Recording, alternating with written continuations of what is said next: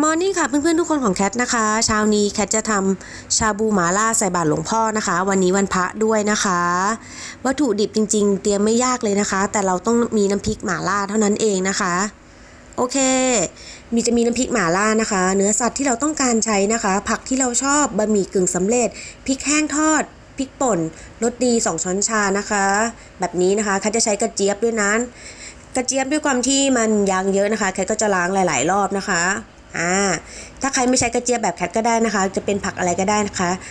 เราต้มน้ำแล้วนะคะแคทก็จะใส่ผักสุกย่างลงไปก่อนเลยตามด้วยเนื้อสัตว์เรียงลำดับจากสุกย่างลงไปง่ายนะคะน้ำพริกหม่าล่านะคะ2-3ช้อนโต๊ะรสดี2ช้อนชานะคะเสร็จแล้วนะคะปิดไฟนะคะเราจะใส่พริกไทยป่นนะคะแล้วก็ผักสุกง่ายลงไปนะจ๊ะนี่แบบนี้นะคะแล้วก็คนให้เข้ากันนะคะระหว่างนี้ตบท้ายนะคะต้นหอมนะคะแล้วก็พริกแห้งทอดนะคะส่วนบะหมี่นะคะแค่ก็จะเอาไปลวกก่อนนะคะโดยคัดใช้ไมโครเวฟนะคะลวกเสร็จเสด็จน้ำแล้วใช้หอมเจียวนะคะคลุกเคล้าให้เข้ากันนะคะเพราะว่าถ้าใส่ลงไปในหม้อเนี่ยเส้นมันจะอืดนะคะโอเคเสร็จเรียบร้อยแล้วก็ตักบาตรเสร็จนี้เลยนะคะ